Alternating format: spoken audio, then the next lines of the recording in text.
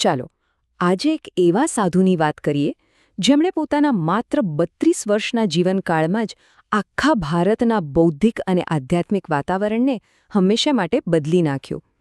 આ છે વાર્તા આદિ શંકરાચાર્યની. આ સવાલ ખરેખર વિચારવા જેવો છે, ખરું ને? કોઈક વ્યક્તિ આટલા ઓછા સમયમાં આટલું મોટું પરિવર્તન કેવી રીતે લાવી શકે? આ વાતને બરાબર સમજવા માટે આપણે એ સમયમાં પાછું જવું પડશે જેમાં એમનો જન્મ થયો હતો. તો કલ્પના કરો 8મી સદીના ભારતની. એ સમય જાણે એક બૌદ્ધિક યુદ્ધનું મેદાન બની ગયું હતું.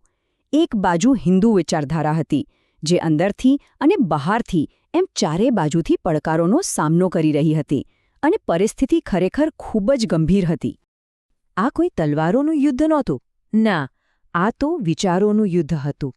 હિન્દુ ધર્મ પોતે જ ઘણા ભાગમાં વહેંચાયેલો હતો અને એકદમ બચાવની સ્થિતિમાં હતો, અને એની સામે બૌદ્ધ અને જૈન ધર્મના તર્કશાસ્ત્રીઓ પોતાની ધારદાર દલીલોથી સજ્જ હતા અને લગભગ બધી જ ચર્ચાઓમાં જીતી રહ્યા હતા.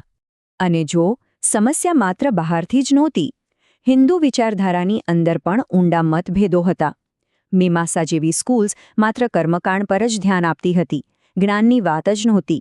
તો સાંખ્ય જેવી વિચારધારાઓ ચેતના અને પદાર્થને બે અલગ અલગ સત્ય માનતી હતી, જેનો તર્કબદ્ધ રીતે બચાવ કરવો ખૂબ મુશ્કેલ હતો. આ બધી આંતરિક નબળાઈઓને કારણે વૈદિક જ્ઞાનના મૂળિયા જ હલી રહ્યા હતા. આવા ગાઢ બૌદ્ધિક અંધકારની વચ્ચે એક તેજસ્વી પ્રકાશનો ઉદય થયો, અને એ હતા આદિ શંકરાચાર્ય. હિન્દુ ધર્મને જે ઉદ્ધારકની જરૂર હતી એ હવે આવી ચૂક્યા હતા. એમની પ્રતિભા તો જુઓ, અકલ્પનીય હતી. વિચારો, જે ઉંમરે બાળકો રમકડાથી રમતા હોય એ ઉંમરે, એટલે કે ફક્ત 8 વર્ષની ઉંમરે શંકરાચાર્યએ ચારે વેદો પર પ્રભુત્વ મેળવી લીધું હતું. એમનું જીવન ભલે માત્ર 32 વર્ષનું રહ્યું, પણ એમનું કામ તો જાણે સદીઓ બરાબર હતું.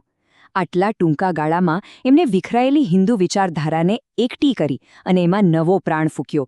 ભારતના ઇતિહાસમાં બહુ ઓછા લોકોએ આટલો ઊંડો પ્રભાવ પાડ્યો છે. તો હવે સવાલ એ છે કે એમણે આ કર્યું કેવી રીતે? ચલો હવે એમની એ પદ્ધતિસરની વ્યૂહરચના વિશે વાત કરીએ, જે શંકરાચાર્યએ આ બૌદ્ધિક સંકટનો સામનો કરવા માટે અપનાવી હતી.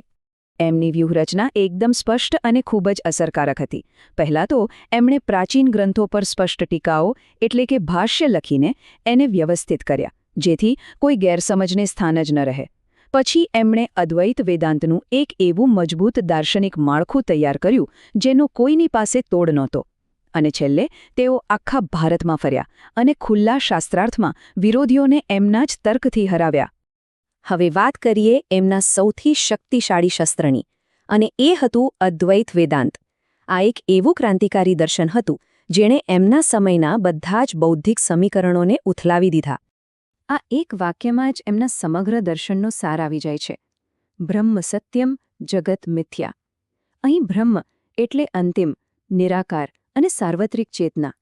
શંકરાચાર્ય કહે છે કે ફક્ત આ જ એક જ વાસ્તવિક છે. આપણે જે દુનિયાને આપણી આંખોથી જોઈએ છીએ તે તો માયા એટલે કે એક કોસ્મિક ભ્રમને કારણે છે. હવે આ ભ્રમના વિચારને વધુ સારી રીતે સમજાવવા માટે એમણે વાસ્તવિકતાના 3 સ્તરો આપ્યા. પહેલું છે પ્રાતિભાસિક એટલે કે સ્વપ્નની દુનિયા. બીજું છે વ્યવહારિક એટલે કે આપણી આ રોજિંદી જાગૃત દુનિયા. અને ત્રીજું અને સૌથી ઊંચું છે પારમાર્થિક, જ્યાં ફક્ત એક જ સત્ય છે, ભ્રમ. આને સમજવા માટે સ્વપ્નનું ઉદાહરણ સૌથી સારું છે. જેમ આપણે ઊંઘમાંથી જાગીએ છીએ ત્યારે આપણને ખબર પડે છે કે સ્વપ્ન તો સાચું નહોતું. બસ એ જ રીતે શંકરાચાર્ય કહે છે કે જ્યારે આપણને બ્રહ્મજ્ઞાન પ્રાપ્ત થશે ત્યારે આ જાગૃત દુનિયા પણ એક સ્વપ્ન જેવી જ લાગશે. આ માયાના ખ્યાલને સમજાવવા માટે દોરડા અને સાપનું ઉદાહરણ બહુ પ્રખ્યાત છે. જેમ ઓછા પ્રકાશમાં આપણે દોરડા પર સાપ હોવાનો ભ્રમ કરી બેસીએ છીએ, એવી જ રીતે જ્ઞાનના અભાવે આપણે બ્રહ્મ પર આ જગતનો ભ્રમ કરી લઈએ છીએ. હવે એ જોઈએ કે કેવી રીતે શંકરાચાર્ય માત્ર વિચારો આપીને અટક્યા નહીં, પણ એ વિચારોને કાયમ માટે જીવંત રાખવા એક ભૌતિક અને બૌદ્ધિક માળખું પણ બનાવ્યું. શંકરાચાર્ય પોતાના વિરોધીઓને શુદ્ધ તર્કના આધારે પરાજિત કર્યા. જેમ કે એમણે બૌદ્ધોને પૂછ્યું કે જો બધું જ શૂન્ય જ છે તો એ શૂન્યતાનો અનુભવ કોણ કરી રહ્યું છે? એમણે મીમાંસાના લોકોને કહ્યું કે માત્ર કર્મકાંડ કરવાથી અજ્ઞાન દૂર નહીં થાય, એના માટે તો જ્ઞાન જોઈએ જ. આવી ધારદાર દલીલોથી એમણે વિરોધી વિચારધારાઓના પાયા જ હચમચાવી દીધા. શંકરાચાર્ય માત્ર એક ફિલોસોફર જ નહીં, પણ એક મહાન દ્રષ્ટા અને આયોજક પણ હતા. એ બરાબર જાણતા હતા કે વિચારોને જીવંત રાખવા માટે સંસ્થાઓની જરૂર પડે છે. એટલે એમણે માત્ર બૌદ્ધિક યુદ્ધ જીતવા પર જ ધ્યાન ન આપ્યું, પણ પોતાના દર્શનને કાયમી બનાવવા માટે એક ખૂબ જ મજબૂત સંસ્થાકીય માળખું પણ બનાવ્યું. એમણે ભારતના ચારેય ખૂણામાં 4 મહાન મઠ એટલે કે પીઠોની સ્થાપના કરી. ઉત્તરમાં બદ્રીનાથમાં જ્યોતિર્મઠ, પશ્ચિમમાં દ્વારકામાં શારદાપીઠ, પૂર્વમાં પુરીમાં ગોવર્ધન મઠ અને દક્ષિણમાં શૃંગેરીમાં શૃંગેરી મઠ. આ મઠો માત્ર શિક્ષણના કેન્દ્રો નહોતા, પણ ભારતની સાંસ્કૃતિક એકતાના મજબૂત સ્તંભ પણ બન્યા. તો ચાલો અંતમાં એમના કાયમી વારસા પર એક નજર કરીએ અને એ પણ જોઈએ કે એમની ટીકા કયા મુદ્દાઓ પર થઈ. જો કે એવું નથી કે બધા એમના દર્શન સાથે સહેમત હતા. એમના માયાના સિદ્ધાંત અને બૌદ્ધ ધર્મના શૂન્યવાદના સિદ્ધાંતમાં કેટલીક સમાનતાઓ જોવા મળતી હતી.